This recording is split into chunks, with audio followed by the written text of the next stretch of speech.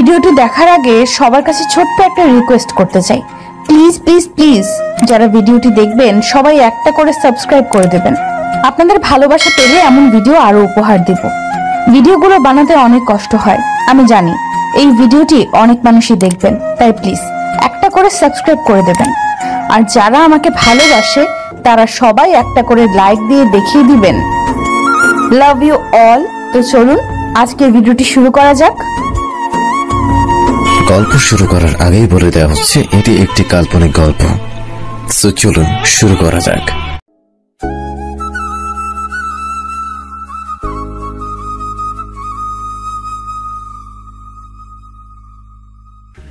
আপনি কেন ক্ষমা চাইছেন? আর অন্যায় তো আমি করেছি। আমি আপনার সম্পর্কে সবকিছু না জেনে আপনাকে ভালোবেসে ফেলেছি।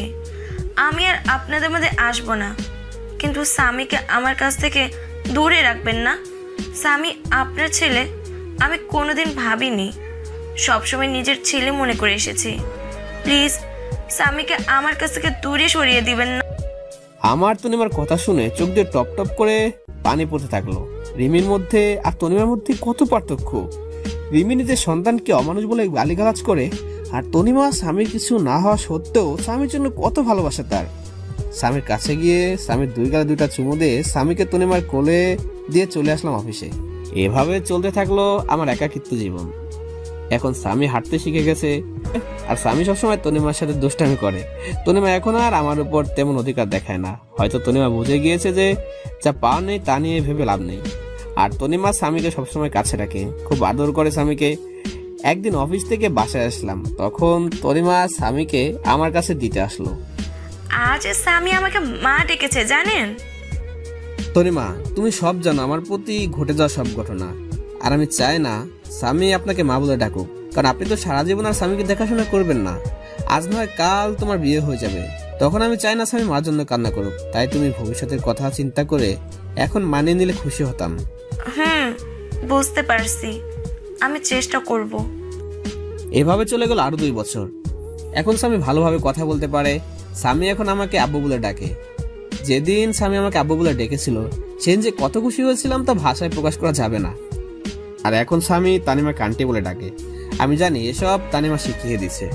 এভাবে আরো কিছুদিন যাওয়ার পর তনিমা এসে বলল বাবা আমার বিয়ে ঠিক করে ফেলেছে, কিন্তু সে স্বামীকে ছাড়া থাকতে পারবে না বলে অঝোর ধারায় কান্না করতে থাকলো। আমি কি বলে তানিমাকে সান্ত্বনা দেব খুঁজে পাচ্ছি না, কারণ সে ছোট্ট থেকে স্বামীকে কোলে তুলে নিজের হাতে খাইয়ে বড় করেছে। সবারই কষ্ট হওয়ার কথা, কিন্তু বাস্তবটাকে মেনে নিতে হবে, নইলে পরে অনেক সমস্যার মধ্যে পড়তে হবে। কিছুদিনের মধ্যে তনিমার বিয়ে হয়ে গেল। এই কয়দিনে স্বামীকে আমি সবসময় কাছে নিয়ে রাখতাম, কারণ স্বামী এখনো ছোট। তাই কিছুদিন তনিমার থেকে দূরে রাখলে স্বামী হয়তো তনিমাকে আস্তে আস্তে ভুলে যাবে। তনিমা বিয়ের দিন স্বামীকে জড়িয়ে ধরে অনেক কান্না করেছিল, যেন মা তার ছেলেকে চিরদিনের জন্য ছেড়ে চলে যাচ্ছে। তনিমার কান্না দেখে আমারও খুব কান্না পাচ্ছিল। তারপর তনিমার বিয়ে হয়ে গেল। কিছুদিন স্বামী কান্না করছিল তনিমাকে না দেখতে পেয়ে, কিন্তু স্বামী ছোট, সে কারণে কিছুদিন পর আর কান্না করে না। এখন স্বামীকে আমার সাথে অফিসে নিয়ে যাই। অফিসে যাই, অফিসের সবাই স্বামীকে অনেক ভালোবাসে। সবাই স্বামীকে দেখে রাখে, আদর করে। কিছুদিন পর অফিস থেকে জানানো হলো আমাকে ট্রান্সফার করা হয়েছে, আর এখন আমার অফিস থেকে ঢাকা পোস্টিং করা হয়েছে। আমিও সবকিছু মেনে নিলাম। তনিমার বাবার কাছ থেকে বিদায় নিয়ে ঢাকাতে চলে আসলাম। তবে ঢাকাতে আসার আগে তনিমা কিভাবে খবর পেয়েছিল আমরা একবারের জন্য ঢাকায় চলে যাচ্ছি, সেদিন তনিমা এসে স্বামীকে কোলে তুলে অনেক আদর করে আর বলে মাঝে মধ্যে যেন তার সাথে দেখা করি। তারপর আমরা ঢাকায় চলে আসি। তারপর দেখতে দেখতে আরো 2 বছর চলে গেল। এখন স্বামীকে একটা স্কুলে ভর্তি করে দিয়েছি। অফিসে যাওয়ার সময় স্বামীকে স্কুলে দিয়ে আসি, আর স্কুল শেষে স্বামীকে আমার অফিসে নিয়ে আসি। তারপর অফিস শেষে দুজনে বাসায় চলে আসি। একদিন স্বামী বলল, আব্বু আব্বু তুমি জানো স্কুলে আমার সব বন্ধুরা তাদের আম্মুর সাথে আসে, তাদের আম্মু তাদের কত ভালোবাসে, কিন্তু আমার আম্মু নেই কেন? ও আব্বু বলো আমার আম্মু কোথায়? স্বামীর কথা শুনে অনেক অবাক হলাম, কারণ এই 5 বছরের স্বামী একদিনও তার মায়ের কথা জিজ্ঞাসা করেনি। তাহলে আজ কেন তার মায়ের কথা জিজ্ঞাসা করলো? মনে হয় স্কুলে তার বন্ধুদের মায়ের সাথে আসতে দেখে স্বামীও তার মায়ের কথা মনে পড়েছে। বাবা তোমার আম্মু আমাদের উপর রেগে আছে, তাই আমাদের কাছে থাকে না। তোমার আম্মু আমাদের ছেড়ে দূরে কোথাও চলে গিয়েছে। আব্বু আমাদের উপর কেন রাগ করেছে? আমি কি ছোটবেলায় খুব দুষ্টামি করতাম আম্মুর সাথে? না বাবা, তোমার আম্মু আমার উপর রেগে চলে গিয়েছে। তোমার আম্মু ভালো না। আমার পিচ্চি বাবুটার কষ্ট বোঝে না, তাই তোমার আম্মু ভালো না। আব্বু তুমি কি বলেছিলে যে আম্মু রাগ করে চলে গেছে? আমার একটা রাজকুমারের খুব দরকার ছিল, কিন্তু তোমার আম্মু আমাকে দিতে রাজি ছিল না, তাই তোমার আম্মু রাগ করে চলে গেছে।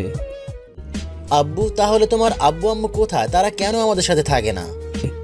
আমার আম্মু আব্বু আমাকে খুব ভালোবাসতো। ঠিক আমি যেভাবে তোমাকে আদর করি ঠিক সেভাবে আমাকে আদর করতো। তাহলে তোমার আব্বু আম্মু কোথায়? আমি তো আমার আব্বু আম্মুর সাথে থাকি, তুমি কেন তোমার আব্বু আম্মুর সাথে থাকো না? তোমার আম্মুর জন্য আমার আম্মু আব্বু আমার উপর রেগে চলে গিয়েছে। তাহলে আমি আম্মুর কাছে কোনোদিন যাব না। কেন যাবে না তুমি তোমার আম্মুর কাছে? তুমি তো এইমাত্র বললে আমি আম্মুর কাছে যাব।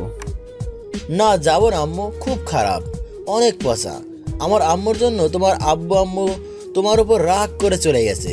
পরে যদি আম্মুর জন্য তুমি যদি আমার উপর রেগে আমাকে ছেড়ে চলে যাও। না বাবা, তোমাকে সেটা আমি কোথাও যাব না। আব্বু আমি তোমার আম্মু আব্বুর কাছে যাব। কেন তুমি আমার আম্মু আব্বুর কাছে যাবে কেন? আমি তোমার আব্বু আম্মুর কাছে গিয়ে মাপ চাইবো, যেন আমার আব্বুর উপর যেন আর রেগে না থাকে। না বাবা, তারা তোমার কথা শুনবে না। আমার উপর আমার আম্মু অনেক রেগে আছে। না আব্বু আমি যাব, আর তোমার আম্মুর কাছে পা জড়িয়ে ধরে মাপ চাইবো, যেন তোমাকে মাফ করে দেয়। আচ্ছা বাবা, তোমার পরীক্ষা শেষ হলে নিয়ে যাব, ঠিক আছে বাবা? ঠিক আছে আব্বু। তাই বলে স্বামী শুয়ে পড়লো। আমি ভাবতে থাকলাম আমারও তো বাবা মাকে অনেক দেখতে ইচ্ছা করছে, অনেকদিন বাবা মাকে দেখি না। তাই স্বামীর পরীক্ষা শেষ হলে কিছুদিনের জন্য আবার সেই চিরচেনা শহর যশোরে যাব।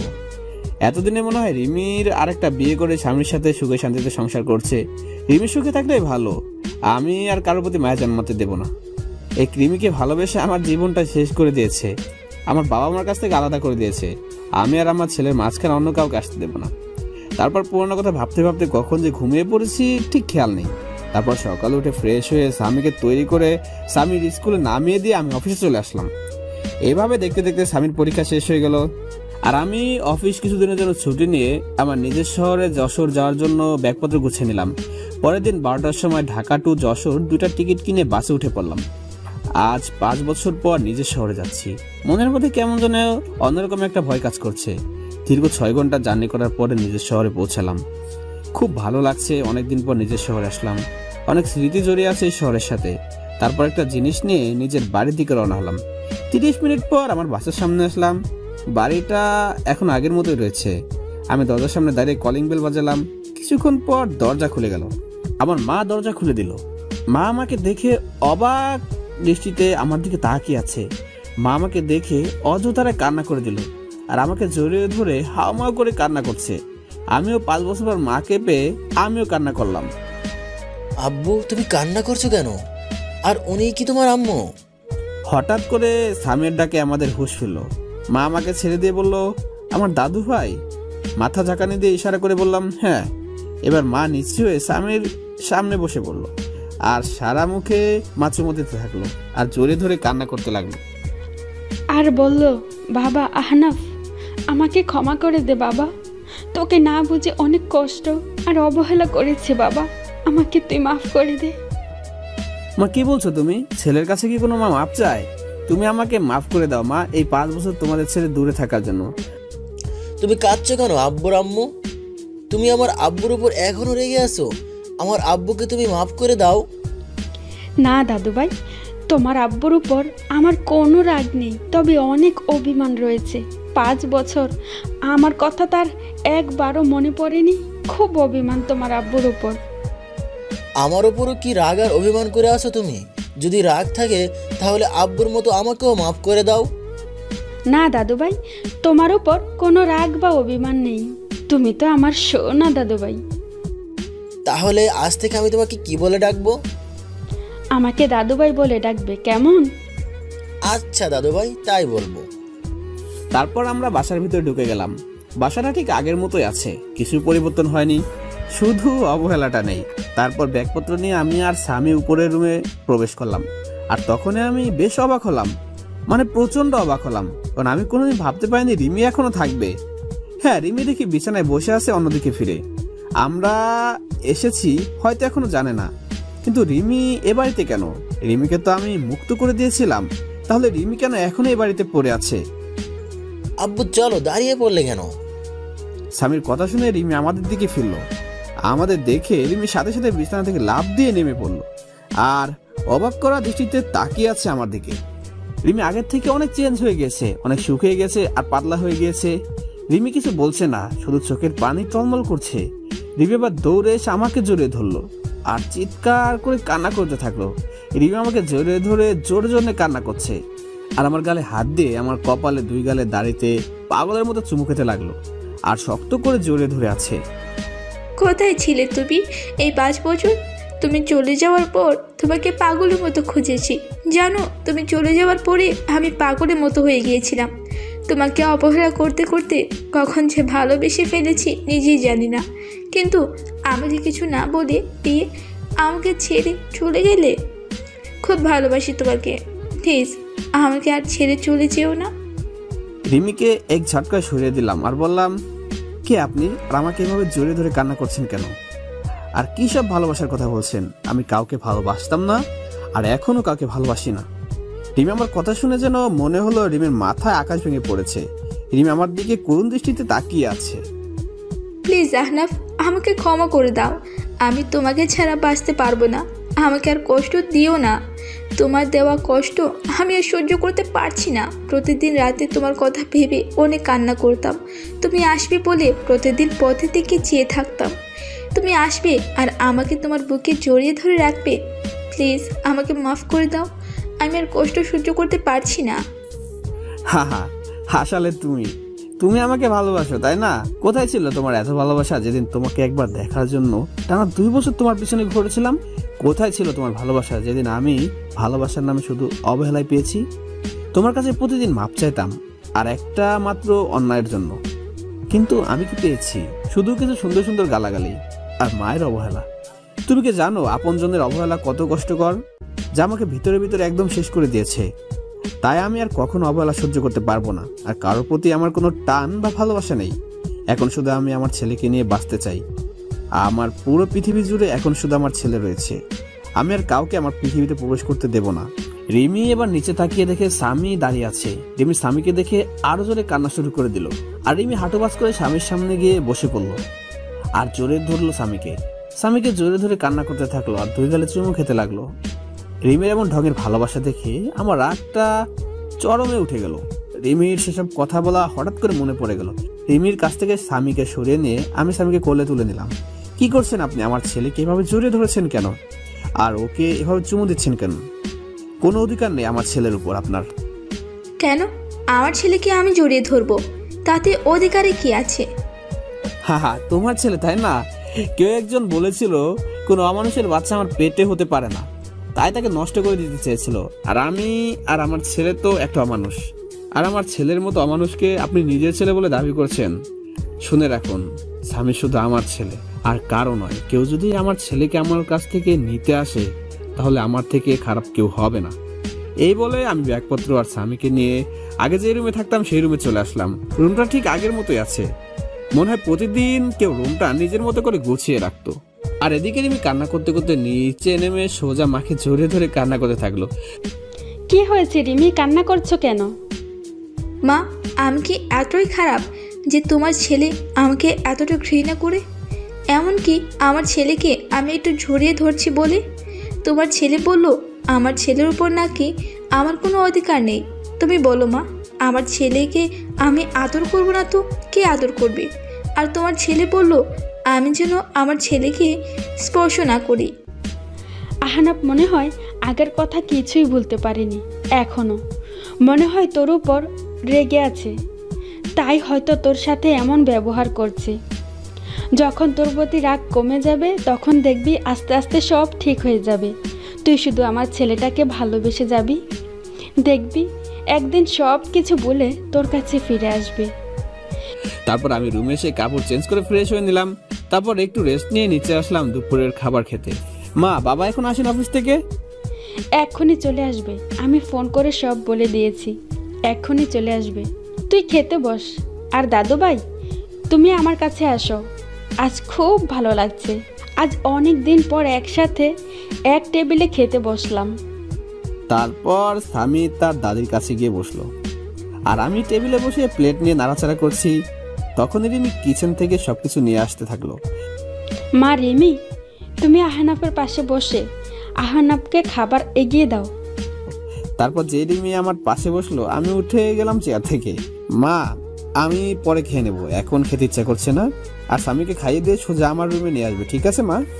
তাই বলে আমি উপরে উঠে রুমে চলে আসলাম। এভাবে কিছুক্ষণ রেস্ট নেওয়ার পর বাসার কাজের লোক আমার রুমে এসে খাবার দিয়ে গেল।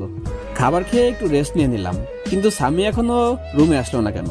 আমি উঠে নিচে গিয়ে দেখি রিমি আর স্বামী নিচে বসে আছে। বলতে গেলে স্বামী রিমির কোলে বসে খেলা করছে, আর রিমি মাঝে মাঝে স্বামীর মুখে চুমু দিচ্ছে।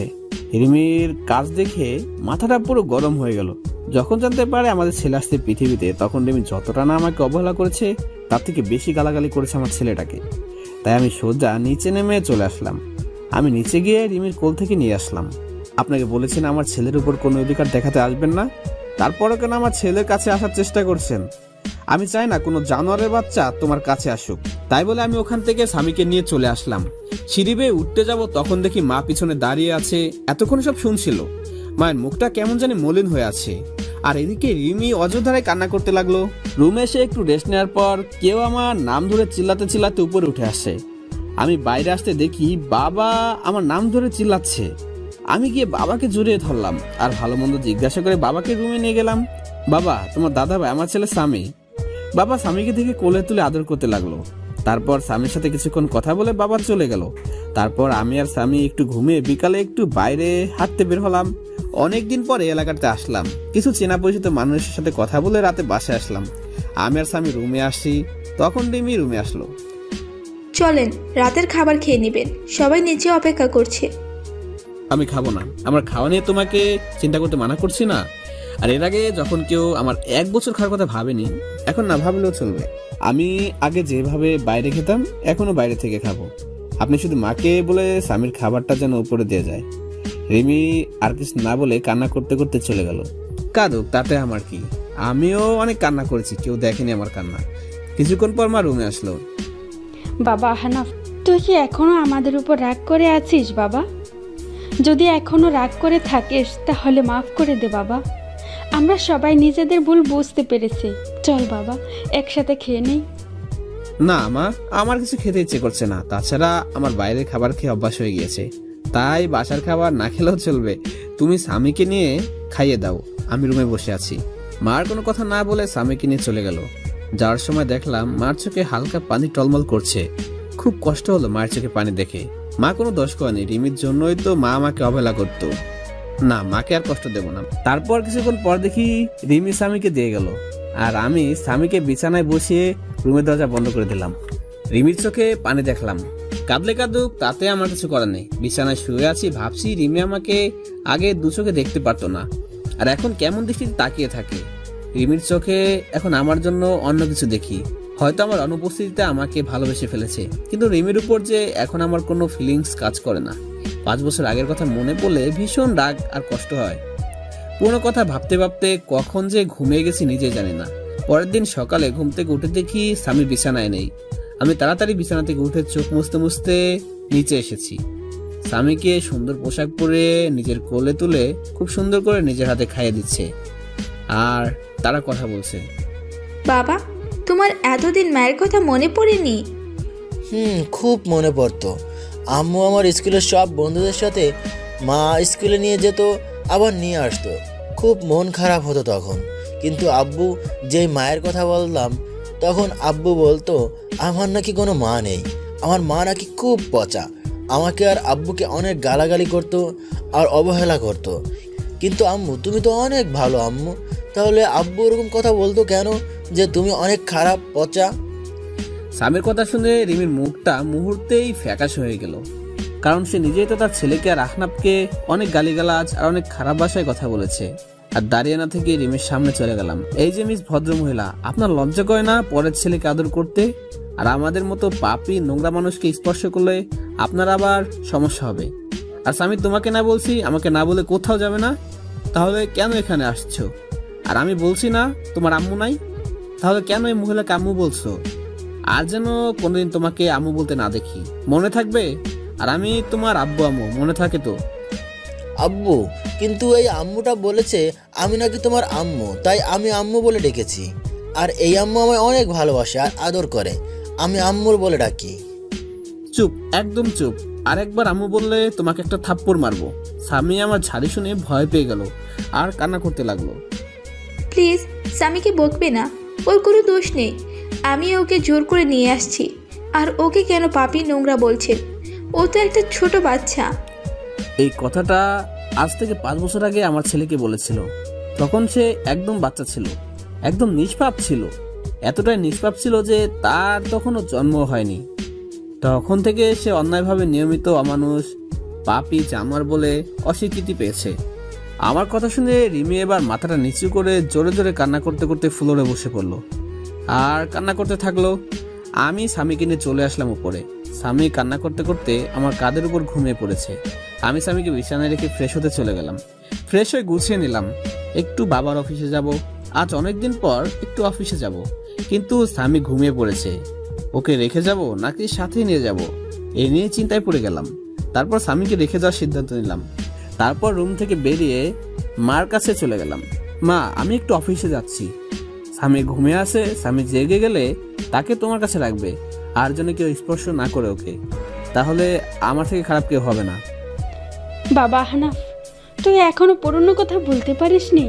বাবা, আগের সব কথা ভুলে গিয়ে নতুন করে শুরু করা যায় না? মা, আমি চাইলেও কিছু ভুলতে পারবো না। যার জন্য আমার জীবন থেকে 5টা বছর আর কষ্ট অবহেলা কেটেছে। 5 বছর আমার বাবা মার সাথে সম্পর্ক বিচ্ছিন্ন ছিল। একটা নিষ্পাপ শিশু 5 বছর তার মায়ের আদর থেকে বঞ্চিত হয়েছে। কিভাবে আমি সবকিছু ভুলে যাব মা, বলো তুমি? এখন আসতে চাইতাম না, শুধু স্বামী তোমাদের দেখবে বলে এসেছি এখানে। আর যদি তোমরা মনে করো আমি এসে তোমাদের আবার বিরক্ত করছি, তাহলে একবার বল, আমি এখনই চলে যাব চিরদিনের জন্য। না বাবা, যাস না। তুই যেভাবে থাকিস আমরা আর কিছুই বলবো না, কিন্তু আমাদের ছেড়ে যাস না। আর কত কষ্ট দিবি এই মাটাকে? কোনো কথা না বলে চলে আসলাম ওখান থেকে। তারপর সোজা অফিসে চলে আসলাম। অফিসে সবার সাথে বেশ আড্ডা দিলাম।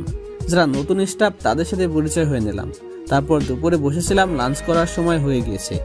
আমি নিজের ডেস্কে বসে আছি, তখন বাবা আসলো আর বলল, চল আহনাফ, লাঞ্চ করে আসি। কিন্তু আমি যেতে চাইলাম না, শুধু স্বামীর জন্যই বাসায় আসলাম। বাবা কলিং বেল বাজালো। কিছুক্ষণ পর মা এসে দরজা খুলে দিল। আমি ভিতরে ঢুকে দেখি স্বামী আর রিমি দুজনে হেসে হেসে খেলা করছে আর দুষ্টামি করছে। রিমি আমাকে আসতে দেখে রিমি স্বামী থেকে দূরে সরে গেল। মনে হয় কিছুটা ভয় পাইছে। আমি আর কিছু বললাম না, কারণ এখানে বাবা রয়েছে। চুপচাপ স্বামীকে নিয়ে উপরের রুমে চলে আসলাম। কিছুক্ষণ পর রিমি রুমে আসলো। আপনাকে নিচে ডাকছে দুপুরে খাবার খেতে, সবাই নিচে বসে অপেক্ষা করছে। আমি খাবো না, ক্ষুধা নাই, বাইরে থেকে খেয়ে নিব। আপনি চলে যান সামনে থেকে। কেন বাইরে খাবেন কেন? আপনার জন্য খাবার তৈরি করা হয়েছে তো। এসব ঢং বাদ দেন। এতদিন কোথায় ছিল আপনার এসব ঢং? যত সব ঢং দেখলে বাঁচি না। আর একটা কথা, আপনাকে না বলা হয়েছে স্বামী থেকে দূরে থাকবেন? কারণ আমি কিছুদিনের জন্য এখানে এসেছি, আবার কিছুদিন পর কাউকে না বলে হঠাৎ করে হারিয়ে যাব। তাই স্বামীর সাথে বেশি কথা বলবেন না। পরে সমস্যা হবে, তখন বারবার আপনার কাছে যাইতে চাইবে, আর সেটা কোনোদিন সম্ভব না। আর আমি বিকালে উকিলের কাছে যাব, কারণ 5 বছর আগে যে কাগজ করতে চেয়েছিলাম সেটা এখন করব। মানে আপনাকে ডিভোর্স দিয়ে চিরদিনের জন্য মুক্ত করে দেব। রিমি এবার দৌড়ে এসে আমার পা জড়িয়ে ধরলো আর বলল, প্লিজ আহনাফ, একবার আমাকে ক্ষমা করে দাও, আর কষ্ট দিও না। অনেক কষ্ট সহ্য করেছি, আর পারছি না। তুমি যদি চলে যাও তাহলে যাবার আগে আমাকে খুন করে চলে যাবে, কারণ তোমাকে আর আমার ছেলেটাকে ছাড়া আমি আর বাঁচতে পারবো না। তুমি চলে যাবার আগে আমাকে তোমার হাত দিয়ে খুন করে চলে যাবে, তাহলে আমাকে আর কোনোদিন কষ্ট পেতে হবে না। রিমির কান্না দেখে আমার খুব খারাপ লাগলো, খুব কষ্ট হতে লাগলো। কারণ রিমিকে তো আমি পাগলের মতো ভালোবাসতাম, এখনো ভালোবাসি। কিন্তু আমার রাগ আর অভিমানের কাছে আমার ইগোটা বারে বারে হার মেনে যায়। তখন স্বামী আমাদের কাছে আসলো, আর স্বামী সোজা গিয়ে রিমির সামনে গিয়ে রিমির চোখের পানি মুছে দিচ্ছে। আম্মু, তুমি আব্বুর পা ধরে কান্না করছো কেন? তুমি কেঁদো না আম্মু, আমিও কিন্তু কেঁদে দেবো। আর আব্বু, আমি তোমার কাছে কিসের জন্য মাপ চাইছে? তুমি আম্মুকে মাফ করে দাও আব্বু। স্বামী, তুমি তোমার দাদু ভাইয়ের কাছে যাও। আর তুই আমার ছেলেটাকে নিজে করে নিয়েছিস, যে তোর হয়ে কথা বলছে। তোকে ক্ষমা করে দিতে পারি, তাহলে আমার জীবন থেকে 5 বছর ফিরিয়ে দে, যেখানে আমি প্রতিনিয়ত অবহেলা পেয়েছি। তোর কারণে আমি 5 বছর বাবা মার থেকে দূরে থেকেছি। তোর কারণে মায়ের কাছ থেকে যে অবহেলা পেয়ে প্রতি রাতে কান্না করেছি, কষ্টে বুকটা ফেটে চিৎকার করে কান্না করতাম। দিতে পারবি সেই চোখের পানি? তোর জন্য আমার ছেলেটা মায়ের আদর থেকে 5 বছর বঞ্চিত ছিল। ফিরে দিতে পারবি আমার জীবনের সবচেয়ে কালো অধ্যায়? রিমি কোনো কথা না বলে ফ্লোরে বসে কান্না করছে। আমি রুম থেকে চলে আসলাম বাইরে। তারপর স্বামীকে নিয়ে বাসা থেকে বের হয়ে গেলাম। ভীষণ রাগ হচ্ছে রিমির উপর। যখন আমাদের গর্বে ছিল তখন মনে ছিল না এসব কথা। যত সব আহ্লাদি দেখলে বাঁচি না। তারপর সোজা ভালো একটা উকিলের কাছে আসলাম, যেন 20 দিনের মধ্যে ডিভোর্স পেপার রেডি হতে পারে। তারপর উকিলের সাথে কথা বলে বাইরে চলে আসলাম।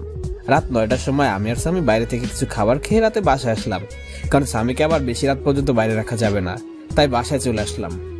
বাসায় এসে রুমে একটু রেস্ট নিচ্ছি, তখনই রিমি আসলো আমার রুমে। আম্মু রাতের খাবার খাওয়ার জন্য ডাকছিল, আপনি আসবেন না? না, আমি আর স্বামী বাইরে থেকে খেয়ে এসেছি। এখন আমরা কেউ ডিনার করব না। আর আপনাকে না মানা করছি আমাদের উপর কোন রকম অধিকার ফলাবেন না। তাও আপনার লজ্জা করে না? কেন বারবার নির্লজ্জের মতো আমার রুমে আসছেন? হ্যাঁ, রিমির চোখ দুটা পানিতে টলমল করছে, এখনই মনে হয় পানি ছেড়ে দেবে। স্বামীকে কেন বাহিরের খাবার খাওয়ালেন? ও তো এখনো ছোট, বাহিরের খাবার খাইলে শরীর অসুস্থ করবে। কেউ একদিন আমাদের বলেছিল রাস্তার কুকুর, আর রাস্তার কুকুররা বাইরে খাবার খাইলে কিছু হবে না। আর এই 5 বছরে আমরা বাইরের খাবার খাই, তাই আপনি বেশি অধিকার না দেখে নিজের মতো থাকেন। আর আমরা আমাদের মতো। রিমি আবার কান্না করে দিল, কারণ এখন তার বলার কিছুই নেই। কারণ এই কথাগুলো রিমি একদিন আফনাফকে বলেছিল, তাই রিমি আর কিছু না বলে রুম থেকে বের হয়ে গেল। আব্বু, তুমি আম্মুকে সবসময় কাঁদাও কেন? তুমি জানো আব্বু, আম্মু আমাকে অনেক আদর করে, নিজের হাতে খাইয়ে দেয়, জড়িয়ে অনেক আদর করে আমায়। আব্বু, আমরা এখানে সারা জীবন থাকতে পারি না। আর দাদু ভাইটা অনেক ভালো, খুব আদর করে আমাকে। না আব্বু, আমরা এখানে থাকবো না। আমরা যদি এখানে থাকি তাহলে তোমার কাছ থেকে আমাকে আলাদা করে দেবে ওরা।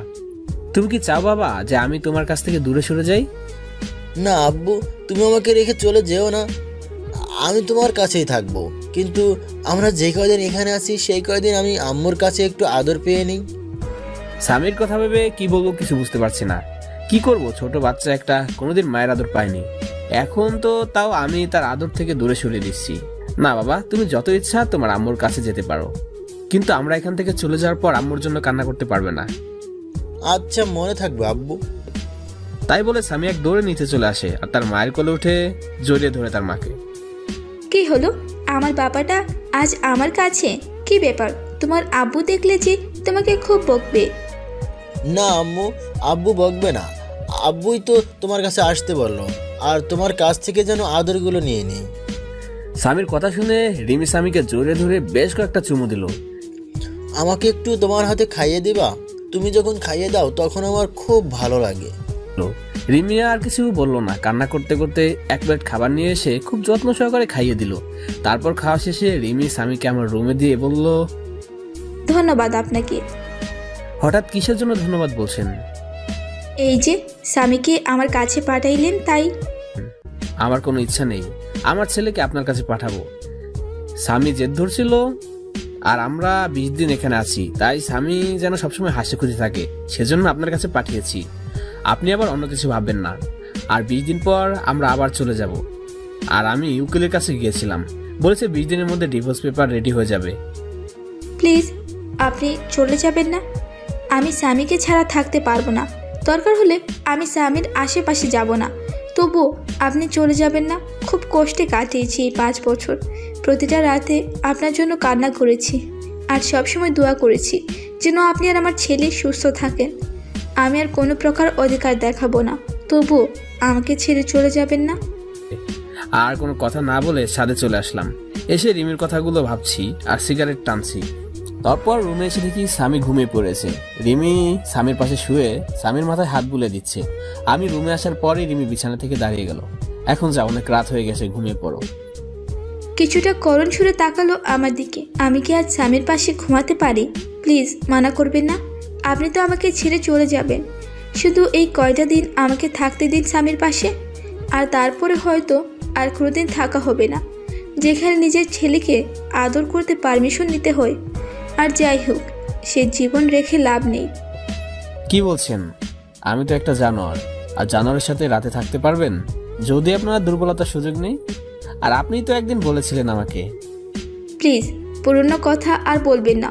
খুব কষ্ট হয় পুরনো কথা মনে পড়লে, যে আমার মনটাকে তিলে তিলে শেষ করে দিয়েছে। আপনার কোনো সমস্যা না হলে থাকতে পারেন। রিমি স্বামীর পাশে শুয়ে পড়লো, আর আমি সোফায় শুতে যাব। তখন আপনি সোফায় শুতে যাচ্ছেন কেন? বিছানায় আসেন। বিছানায় ঘুমালে আবার আমাদের মতো অমানুষ নিজেকে কন্ট্রোল করতে পারবে না, তাই আপনি বিছানায় ঘুমান, আমি সোফায় ঘুমাই। রিমি কিছু না বলে বিছানায় ঘুমিয়ে পড়লো।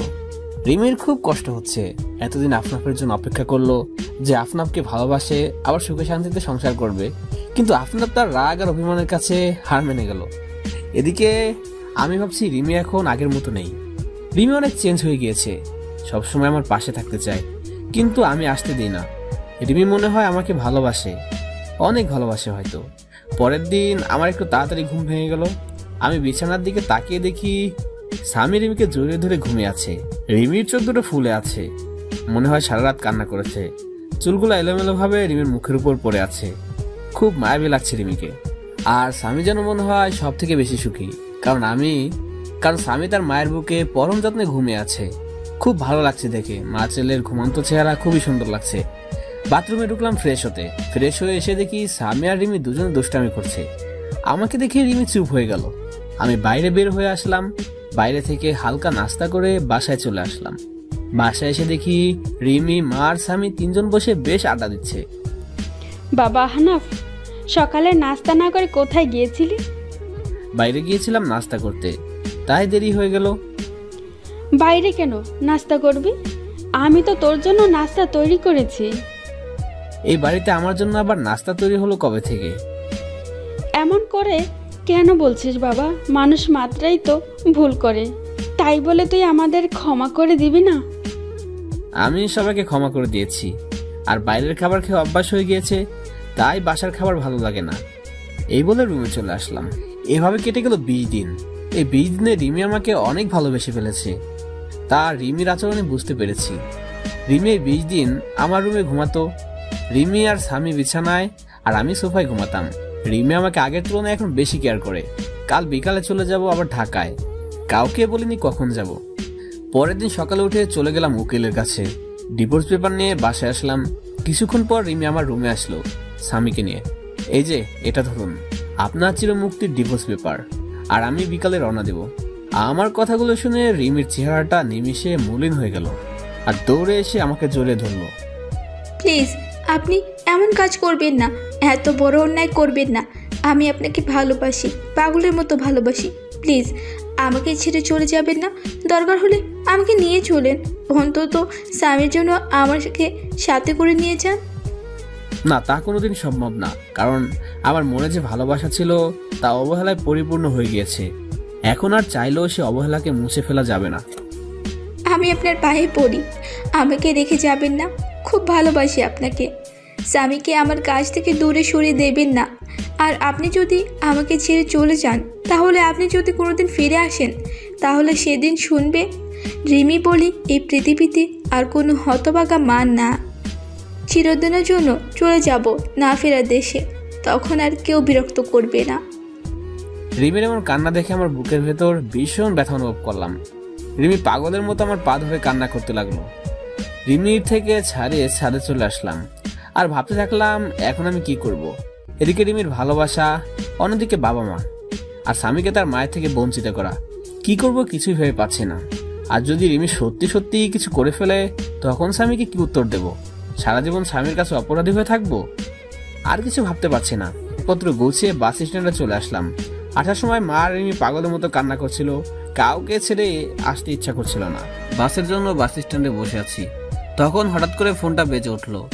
ফোন হাতে নিয়ে দেখি বাবার নম্বর। আমি ফোন রিসিভ করলাম। তারপর বাবা যা বললো সেটা শোনার জন্য আমি কোনো আশা করিনি। বাবা আহনাফ, তুই যেখানে থাকিস তাড়াতাড়ি হাসপাতালে চলে আয়। কেন বাবা, কি হয়েছে? মায়ের কি কোনো কিছু হয়েছে? না, তুই চলে যাওয়ায় রিমি পাগলের মতো চিৎকার করে কান্না করছিল। তারপর রিমি দৌড়িয়ে তার রুমে গিয়ে দরজা আটকে দেয়।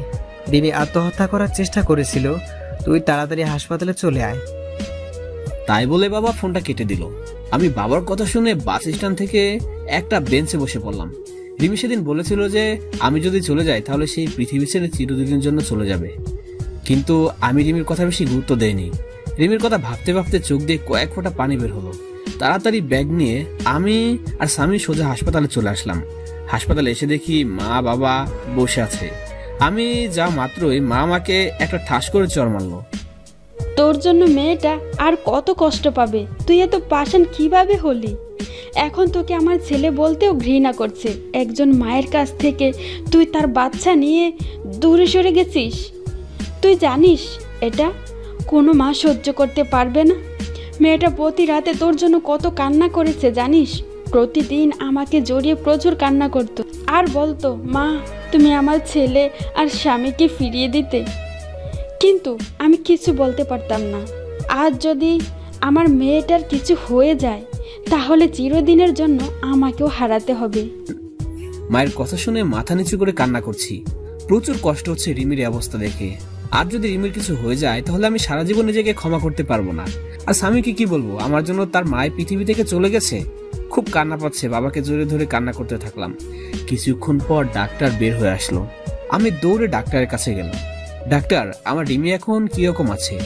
কি হলো ডাক্তার সাহেব, কথা বলছেন না কেন? কি হয়েছে আমার রিমির?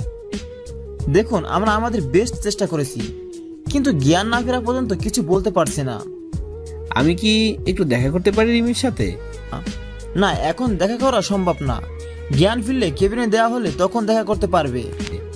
স্বামীকে জোরে ধরে কান্না করে দিলাম। আমি যদি রিমিকে মেনে নিতাম তাহলে আজ এই দিনটা দেখতে হতো না। আজ আমি আমার অভিমান আর ইগোর জন্য রিমিকে চিরতরে হারিয়ে ফেলবো? না, এ হতে পারে না। রিমি আমাকে ছেড়ে চলে যেতে পারে না। আস্তে আস্তে মায়ের কাছে গেলাম। মায়ের সামনে হাঁটু গেড়ে বসে বললাম, মা আমাকে তুমি ক্ষমা করে দাও। আজ আমার জন্য রিমির এই অবস্থা। খুব কষ্ট হচ্ছে মা। মা তুমি রিমিকে বলো তোমার স্বামী তোমার কাছে চলে এসেছে। তুমি রিমিকে উঠতে বলো মা। কান্না করে বললাম। মা আমার মাথায় হাত বুলিয়ে দিয়ে বলল, কিছু হবে না তোর রিমির, দেখি সব ঠিক হয়ে যাবে। এভাবে কান্না করিস না, শক্ত হ বাবা। 17 ঘন্টা পর রিমির জ্ঞান ফিরলো আর রিমিকে পাশের একটা কেবিনে শিফট করলো। তারপর ডাক্তার সাহেব আমাদের একজন একজন করে দেখা করতে বললো। প্রথমে মা দেখা করতে গেল। কিছুক্ষণ পর মা বের হয়ে আসলো। তারপর আমি আর স্বামী গেলাম রিমির কাছে। রিমি আমাকে দেখে মুখ অন্যদিকে ঘুরে নিল। আমি গিয়ে রিমির একটা হাত শক্ত করে ধরলাম। তুমি চিরদিনের জন্য চলে যেতে চাইছিলা তাই না? তুমি চলে গেলে তোমার ছেলের মা হবে কে? তোমার ছেলেকে আদর করবে কে? তুমি চলে গেলে স্বামী মা বলে ডাকবে কাকে? তুমি চলে গেলে এই অমানুষকে মানুষ করবে কে? আমাদের কথা একবারও ভাবলে না তুমি? তুমি চলে গেলে আমার মা বাবাকে দেখে রাখবে কে? একবার আমাদের কথা ভাবনি তুমি? আমি চলে গেলে কারো কি যায় আসে? ছেলে থাকতে ছেলেকে ঠিকভাবে কাছে টানতে পারি না। স্বামী থাকতে আমি একজন স্বামীহারা, তাই আমি আর বাঁচতে চাই না। তুমি জানো, তুমি যেদিন আমার দুধের বাচ্চাকে নিয়ে চলে গিয়েছিলে সেদিনই আমি মরে যেতে ইচ্ছে করছিল।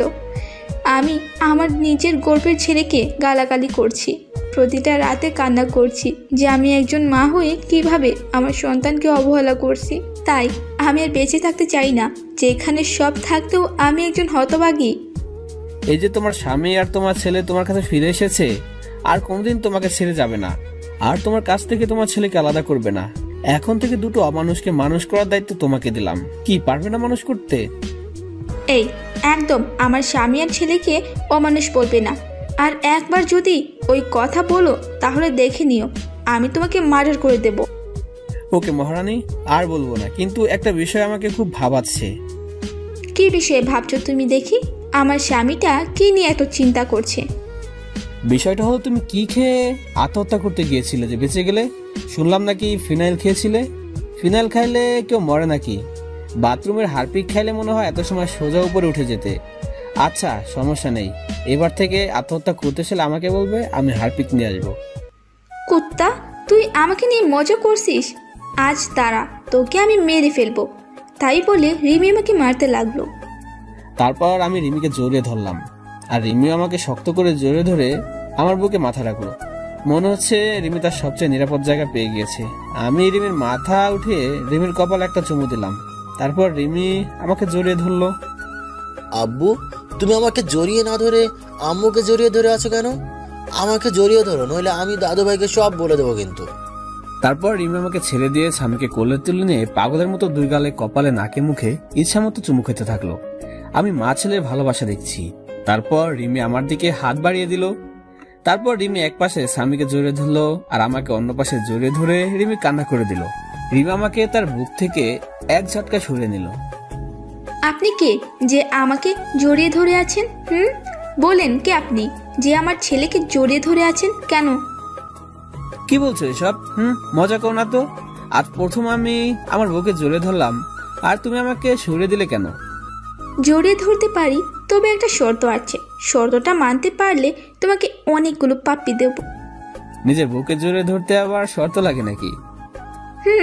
আমাকে জড়িয়ে ধরতে হলে একটা শর্ত মানতে হবে। বলেন মহারানী, কি শর্ত আপনার? আমাকে এখন এখানে প্রপোজ করতে হবে, তা না হলে আমাকে আর জড়িয়ে ধরতে পারবে না। যদি প্রপোজ করি তাহলে তুমি আমাকে মারবে না তো, আর গালাগালি দিতে পারবে না? রিমি আমার কথা শুনে হাসি মাখা মুখটা নিমিষে কালো হয়ে গেল। কারণ আগে যখন রিমিকে প্রপোজ করতাম তখন রিমি আমাকে গালাগালি করত। আমি আর কথা না বাড়িয়ে রিমির সামনে হাঁটু গেড়ে বসে পড়লাম। কিন্তু এখন ফুলটা কোথায় পাবো? এখন মনে পড়ে গেল স্বামীর কথা। স্বামীকে 2 হাত দিয়ে উঁচু করে রিমির সামনে ধরলাম। হবে কি তুমি আমার দিনের সূর্য, যা আমার জীবনকে আলোকিত করবে? হবে কি তুমি আমার ওই পূর্ণিমার চাঁদ, যে আলোকিত করবে আমার রাত? হবে কি আমার না দেখা স্বপ্ন, যা প্রতি রাতে তোমাকে নিয়ে দেখতে চাই? হবে কি আমার ছেলে স্বামীর আম্মু? এই প্রথম কোনো ছেলে দিয়ে প্রপোজ করা দেখলাম। আমি তোমার ছেলের আম্মু হব, তাই বলে স্বামীকে কুলে তুলে নিল রিমি। এখন কি আমি আমার বউটাকে একটু জোরে ধরতে পারি? না, এখন হবে না। স্বামী আছে এখানে, আগে বাসায় যাব, তারপর তোমাকে সবসময় বুকে শক্ত করে জড়িয়ে ধরে রাখবো, যেন আমাকে আর কষ্ট দিয়ে চলে যেতে না পারো। কে বললো আমি আমার সুইট বউটাকে রেখে চলে যাব? তারপর রিমি আর স্বামীকে 2 হাত দিয়ে দুজনকে জড়িয়ে ধরলাম। রিমি যেন আমার বুকের সাথে মিশে যেতে চাইছে। এই রিমি, আই লাভ ইউ সোনা। আই লাভ ইউ টু জান। তারপর হঠাৎ করে দরজায় ঠকঠক আওয়াজ আসলো। আমি রিমিকে ছেড়ে দিলাম। দেখি মা বাবা ডাক্তার কেবিন আসলো। ডাক্তার রিমিকে একটু চেক আপ করে বলল, আগামীকাল রোগীকে নিয়ে যেতে পারবেন। কি ব্যাপার, আমার মেয়েটাকে অনেক খুশি খুশি লাগছে। আজ অনেক দিন পর মেয়েটার মুখে হাসি খুশি দেখলাম। দোয়া করি যেন তোরা সব সময় এমন খুশি হয়ে সুখে শান্তিতে ঘর সংসার কর। রিমি মায়ের কথা শুনে কিছুটা লজ্জা পেল। কিছুক্ষণ পর একটা মহিলা এসে রিমিকে জড়িয়ে ধরে কান্না করে দিল। রিমিও সেই মহিলাকে জড়িয়ে ধরে অঝরে কান্না করে দিল। আস্তে আস্তে বাবার কাছে গেলাম। বাবা, এই মহিলাটাকে, একে তো কোনোদিন দেখিনি। আরে বলদের বাচ্চা বলদ, এটা রিমির মা, তোর একমাত্র শাশুড়ি আম্মা। কি? আগে বলবো তো যে ইনি আমার শাশুড়ি হয়। তাড়াতাড়ি গিয়ে রিমির মার পা ধরে সালাম করলাম। রিমির মা আমাকে দেখে কান্না করে দিল। তারপর কিছুক্ষণ গল্প করে সবাইকে বাসায় পাঠিয়ে দিলাম। মায়ের সাথে স্বামীকেও বাসায় পাঠিয়ে দিলাম। আমি সারা রাত রিমির পাশে থাকবো, তাই সবাইকে বাসায় পাঠিয়ে দিলাম। এই, তোমার ক্ষুধা পেয়েছে না? না, আমার ক্ষুধা নেই, তবে কেউ যদি আমাকে নিজের হাতে খাইয়ে দিতে তাহলে একটু খাইতাম আর কি। এত ঢং না করে সোজাসুজি ভাবে বললেই তো হতো। কি? আমি ঢং করছি? দাঁড়াও এখানে, আমি আসছি। আর দাঁড়িয়ে না থেকে বাইরে এসে কিছু খাবার আর ফল জুস কিনে রিমির কাছে আসলাম। তারপর রিমির হাত ধরে রিমিকে উঠালাম। তারপর একটু একটু করে খাইয়ে দিলাম। রিমিকে খাওয়াচ্ছি আর রিমি আমার দিকে এক দৃষ্টিতে তাকিয়ে আছে, আর চোখ দিয়ে টপ টপ পানি পড়ছে। রিমির চোখের কোণে পানি মুছে দিলাম। এই পাগলি, কাঁদছো কেন তুমি? তুমি আমার উপর যদি রাগ করে আবার চলে যাও, আমি সেদিন সত্যি সত্যি মরে যাব। দূর পাগলি, কোথাও যাব না তোমাকে ছেড়ে। খুব ভালোবাসি তো পাগলিটাকে, তাই আর ছেড়ে যাব না। তারপর রিমি আমাকে একটু খাইয়ে দিল। তারপর রিমির বেডের পাশে একটা এক্সট্রা বেড আছে। আমি রিমির কপালে একটা চুমু দিয়ে পাশের বেডে ঘুমাতে যাব। তখন রিমি বলল, কোথায় যাচ্ছ তুমি? কেন, আমি ঘুমাবো তো। তুমি এখন ঘুমাও, আমি এখানে ঘুমাবো। রিমি এবার রাগ করে কোনো কথা না বলে মুখটা অন্যদিকে ঘুরে বসে পড়লো। আমি রিমির কাছে গিয়ে রিমিকে আমার দিকে ফিরিয়ে বললাম, এই পাগলি, রাগ করছো কেন? হঠাৎ করে মুখটা বাংলা পাচার মতো করলে কেন? রিমি আমাকে জোরে ধরে আহ্লাদি কণ্ঠে বলল, আমার সাথে আমার বেডে ঘুমাবে তুমি? খুব জোরে ধরে ঘুমাতে ইচ্ছা করছে। তোমার ওই বুকে একটু মাথা রেখে ঘুমাতে দেবা? তারপর পাগলিটাকে বুকে জোরে ধরে ঘুমিয়ে পড়লাম। পাগলিটা আমায় জোরে ধরে মনে হলো রিমি আজ পৃথিবীর সবচেয়ে খুশি। তার পরের দিন সকালে ঘুম থেকে উঠে দেখি রিমি রাতের মতো জোরে ধরে ঘুমিয়ে আছে, কিন্তু রাত থেকে এখন বেশি শক্ত করে জোরে ধরে শুয়ে আছে। তারপর রিমির কপালে একটা চুমু খেয়ে যে উঠতে যাব, তখন রিমি উঠতে দিল না। তুমি কখন জাগলে? আমি তো দেখলাম তুমি ঘুমিয়েছিলে। আমি অনেক আগে উঠেছি, কিন্তু ডাকিনি, কারণ আজ সারাদিন তোমার বুকে শুয়ে থাকবো। তারপর বাসা থেকে সবাই নিতে আসলো আমাদের। তারপর আমরা সবাই বাসার উদ্দেশ্যে রওনা দিলাম। স্বামী তার মায়ের কোলে শুয়ে আছে আর রিমি স্বামীর মাথায় হাত বুলিয়ে দিচ্ছে। তারপর বাসায় এসে গোসল করে যে বের হব তখনই রিমি আবার আমার সামনে এসে জড়িয়ে ধরলো। কি ব্যাপার, আমার পাগলি বউটার আজ মনটা মনে হচ্ছে খুব ভালো। তুমি সব সময় পাশে থাকতে আমি সব সময় খুশি থাকবো। তারপর দুপুরে খাবার খাওয়ার সময় আমি রুমে আসলাম। তখন রিমি রুমে আসলো। আমি বিছানায় শুয়েছিলাম, রিমি আমার মাথার কাছে আমার মাথায় হাত বুলিয়ে দিচ্ছে। একটা কথা বলবো, রাখবে কথাটা? রিমির হাত জড়িয়ে ধরে বললাম, বলো। এতে আবার অনুমতি নেওয়ার কি আছে? না, তুমি আগে বলো যে আমার কথাটা রাখবে। আচ্ছা ঠিক আছে, তোমার কথা বলো এবার। চলো নিচে চলো, আজ সবাই একসাথে বসে লাঞ্চ করব। আমি রিমির কথা শুনে ফিক করে হেসে দিলাম। একটু কথা বলবে তাও আবার ভয় পাচ্ছে। আচ্ছা তোমার কথা রাখবো, তবে একটা শর্ত আছে। তুমি যদি শর্তটা মানতে পারো তাহলে সবাই একসাথে লাঞ্চ করব। তোমার আবার কি শর্ত? বলো কি শর্ত তোমার? এখন আমাকে গুনে 20টা পাপড়ি দিতে হবে, তারপর আমি লাঞ্চ করব।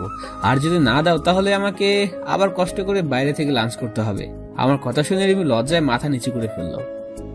যা দুষ্টু, ওটা আমি দিতে পারবো না, কেউ দেখে ফেলবে। না, কেউ দেখবে না। আর যদি না দাও তাহলে যাই বাইরে থেকে লাঞ্চ করে আসি। তাই বলে আমি যে উঠতে যাব তখন রিমি আমাকে বিছানায় ধাক্কা দিয়ে শুয়ে ফেলে দিল আর আমার বুকের উপর শুয়ে 4 ঠোঁট এক জায়গায় করে দিল।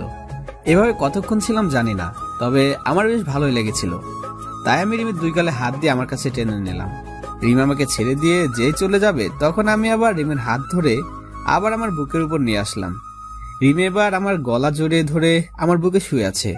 এই, আমরা হানিমুন করতে যাব না? ঢং দেখে বাঁচি না, বুড়ো বয়সে হানিমুন তোমার বের করছি, দাঁড়াও। তাই বলে রিমি আমাকে মারতে থাকলো। কি আমি বুড়ো? তাহলে তুমি আমার বুড়ি সুইট বউ। না, তুমি বুড়ো হয়ে গেছো। আচ্ছা ঠিক আছে, এই বুড়োর সাথে তোমার থাকতে হবে না, আমি আবার চলে যাব। আগে আমি আর স্বামী যেখানে থাকতাম। রিমি আমার কথা শুনে আমাকে আবার শক্ত করে জোরে ধরে কান্না করে দিল। না, তুমি কোথাও যাবে না, তোমাকে আমি কোথাও যেতে দিব না। তুমি চলে গেলে এবার আমি সত্যি সত্যি মারা যাব। চুপ পাগলি, মরার কথা আর একবার যেন মুখে না শুনি। তুমি কি ভাবছো এই 5টা বছর তোমার কাছ থেকে দূরে সরে খুব খুশি ছিলাম, তাই না? তোমার কথা প্রচুর মনে পড়তো, খুব কষ্ট হতো আমার মা বাবার কথা মনে পড়লে। তাহলে তুমি এইমাত্র বললে আমাকে ছেড়ে চলে যাবে? না, তোমাদের ছেড়ে আমি কোথাও যাব না। চলো নিচে চলো, সবাই অপেক্ষা করছে আমাদের জন্য। তারপর নিচে এসে সবাই একসাথে খেতে বসলাম। রিমি স্বামীকে খাইয়ে দিচ্ছে। কতদিন পর বাড়ির রান্না খাবার খাইলাম। খাওয়া শেষে উঠতে যাব তখন বাবা বলল, আহনাফ, তুমি কি একাই ঢাকা যাবে নাকি এখানে নিজেদের ব্যবসা দেখাশোনা করবে? না বাবা, আমি আর ঢাকা যাব না, এখন নিজেদের ব্যবসা দেখব। তবে কিছুদিন পর থেকে অফিস যাব, আমাকে এক জায়গায় যেতে হবে। আর সাথে রিমি আর স্বামীকে নিয়ে যাব, আর আগামীকাল রওনা দেব। ঠিক আছে, আর সাবধানে যাস। তাই বলে রুমে চলে আসলাম। এরপর রিমি রুমে আসলো। এই, আমাদের নিয়ে তুমি কোথায় যাবে বললে না কিন্তু? কেন, সেই সময় বললাম তো হানিমুনে যাব, আর খুব গুরুত্বপূর্ণ একটা কাজও আছে ওখানে। কি এমন গুরুত্বপূর্ণ কাজ যে আমাকে বলা যাবে না? সময় হলে সবই জানতে পারবে। তারপর দিলাম একটা ঘুম থেকে উঠে রিমিকে বললাম গুছিয়ে নিতে, আজ আমরা ঘুরতে যাব। আচ্ছা, আমি কোন শাড়িটা পরবো? তুমি একটা কালো রঙের শাড়ি পরবে, আর স্বামীকে একটা কালো রঙের পাঞ্জাবি পরে দেবে, আর আমিও একটা কালো রঙের পাঞ্জাবি পরবো। সবাই একসাথে ম্যাচিং ড্রেস পরে বাইরে বের হব। তখন মা সামনে আসলো। বাহ, খুব সুন্দর লাগছে তোমাদের, আমারই নজর না লাগছে। তারপর আমরা বাইরে বের হয়ে একসাথে হাঁটতে থাকলাম। স্বামী মাঝখানে হাঁটছে আর আমি আর রিমি স্বামীর দুপাশে হাত ধরে হাঁটছি। রাস্তার সবাই যেন কিরকম ভাবে আমাদের দিকে বারবার তাকিয়ে আছে। এভাবে কিছু দূর যাওয়ার পর আমার কিছু পুরনো বন্ধুদের সাথে দেখা হলো। তাদের কাছে গিয়ে দাঁড়ালাম। সব শালা আমাদের দিকে তাকিয়ে আছে। এই শালা এভাবে তাকিয়ে কি দেখিস? ওই শালা এভাবে কি দেখিস? দোস্ত, তোদের খুব সুন্দর লাগছে রে, যে দেখবে সেই অনজগতে হারিয়ে যাবে। তারপর তাদের থেকে বিদায় নিয়ে একটা ফুচকা হাউসে ঢুকে 2 প্লেট ফুচকা অর্ডার করলাম, আর স্বামীর জন্য জুস নিলাম। তারপর হাঁটতে হাঁটতে বাসায় চলে আসলাম। রাতে একসাথে খাবার খেয়ে রুমে চলে আসলাম। কিছুক্ষণ পর রিমি স্বামীকে কোলে করে নিয়ে বিছানায় ঘুমিয়ে পড়লো। তারপর আমি শুয়ে পড়লাম। রিমি স্বামীকে একপাশে রেখে রিমি মাঝখানে চলে আসলো আর আমার বুকে মাথা রেখে শুয়ে পড়লো। তারপর কিছুক্ষণ গল্প করে ঘুমিয়ে পড়লাম। সকালে উঠে দেখি রিমি আমার বাম সাইডে আর সামি ডান সাইডে আমাকে শক্ত করে জড়িয়ে ধরে শুয়ে আছে আর শুধু দুষ্টামি করছে। তারপর আমি ফ্রেশ হয়ে রিমিকে বললাম ব্যাগপত্র গুছিয়ে নিতে, সকাল 10টায় গাড়িতে যাব। তাই তাড়াতাড়ি বাস স্ট্যান্ডে গিয়ে বাসে উঠে পড়লাম। আমরা কোথায় যাচ্ছি বলবে একটু? আমরা সবাই কক্সবাজার যাচ্ছি। তারপর রিমি আমার কাঁধে মাথা রেখে আমাকে জড়িয়ে ধরে ঘুমিয়ে পড়লো আর স্বামী আমার কোলে ঘুমাচ্ছে। আমরা ভোর 6টার সময় চিটাগাং পৌঁছালাম। তারপর রিমিকে ডাক দিলাম। তারপর বাস থেকে নেমে একটা রিক্সা নিয়ে সোজা চলে আসলাম সে চায়ের দোকানে, যেখানে ঠিক 5 বছর আগে একটা বাচ্চা ছেলেকে নিয়ে এসেছিলাম। দোকানদারের কাছে গিয়ে দেখলাম চাচা এইমাত্র দোকানটা খুললো। গিয়ে চাচাকে জড়িয়ে ধরলাম। চাচা আমাকে দেখে খুশিতে জড়িয়ে ধরলো। তারপর স্বামী আর রিমিকে ডাক দিলাম। চাচা দেখেন তো চিনতে পারেন কিনা। ভালো করে দেখলো, কিন্তু স্বামীকে চিনতে পারছেন না। চাচা আমার সেই ছেলে যাকে আপনি আশ্রয় দিয়েছিলেন। তারপর চাচা স্বামীকে কোলে তুলে খুশিতে কান্না করে দিল। তারপর সবাই মিলে চাচার বাসায় আসলাম। আজ অনেকদিন পর এই রুমে প্রবেশ করলাম। চাচা তনিমার খবর কি? তনিমা ভালো আছে তো? ভালো আছে, সবাই ভালো আছে। তুমি একটু বসো, আমি তনিমাকে ফোন করে দিই। তারপর চাচা তনিমাকে ফোন করে বাইরে চলে গেল কিছু খাবার আনতে। এই তনিমাকে, আর তুমি তাকে কিভাবে চিনো? তনিমা হচ্ছে এই চাচার মেয়ে, আর সে আমাদের স্বামীকে 1 বছর নিজের মায়ের মতো আদর যত্ন বড় করেছিল।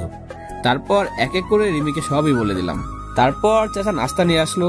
কিছুক্ষণ পর তনিমা হাঁপাতে হাঁপাতে রুমে প্রবেশ করলো আর তনিমা স্বামীকে দেখে কোলে তুলে পাগলের মতো চুমু দিতে লাগলো।